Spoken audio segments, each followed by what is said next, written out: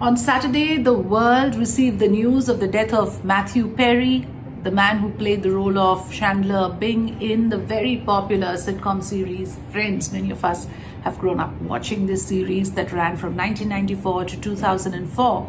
10-season series, which is in fact even now running successfully in multiple platforms. He was an entertainer.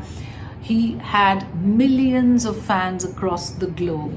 Now, when I look at his life and I read about his life today, I see the kind of struggle that the man went through, even when he was at the peak of his fame.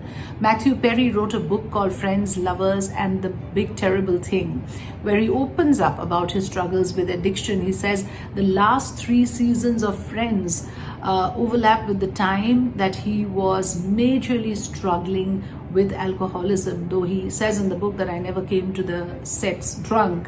And there are also anecdotes online that it was Jennifer Aniston who confronted him for the first time. In fact, Mathew speaks about this in one of his interviews and talks about how his co-star Jennifer Aniston was the first to come up to him and ask him that, have you been drinking? And that is when apparently this whole churning happened in his mind to reflect and to introspect and, to start thinking about recovering from this problem. Later, of course, as we understand, he came out of his addiction issues and started building rehab to help other people confront their addiction problems. And he spoke about it, he's written about it. He wanted to be a champion of this cause to help people battle alcoholism and addiction.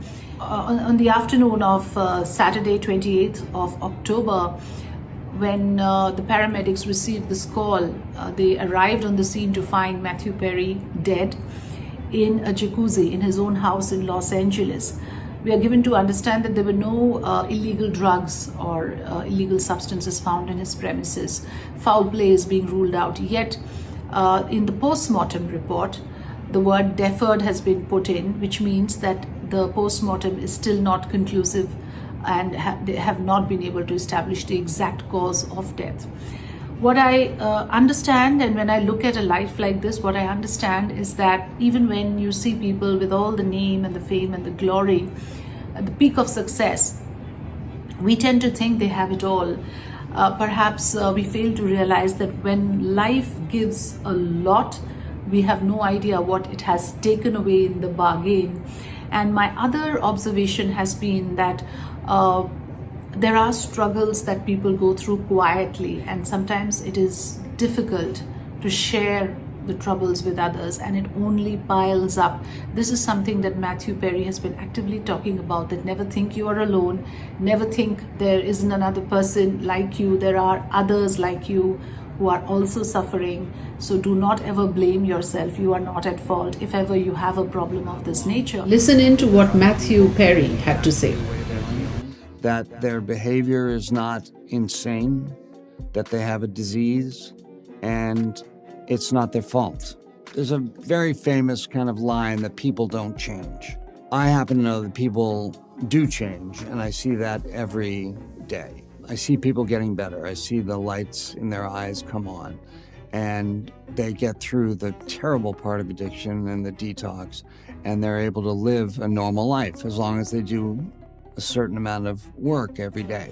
If you'd like to hear more, this is another observation I have from the life of Mathew Perry, that when you see everything going great for you, there's a price to pay, simply because fame comes with a lot of baggage.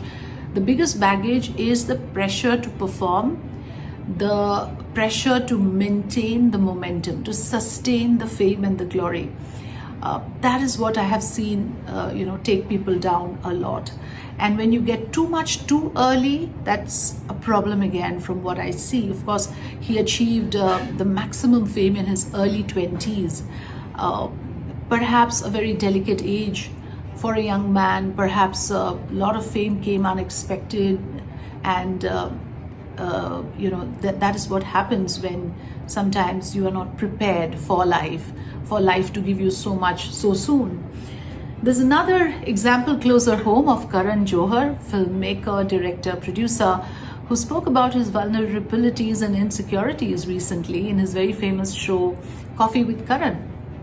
And this is the latest season I'm talking about, the first episode of the 8th season. And I was surprised to see that here is a man who's always seemed to be flamboyant, very articulate, always probing the movie stars who come to his show to talk about their lives. He now, talks about his own life and his own insecurities, about the phase of his life when he had to deal with the lack of love. He talks about how he envies Ranveer and Deepika for the kind of companionship they have. He talks about how he longs for companionship, for love from a partner. And, you see a human side of, again, a 51-year-old celebrity in our own country.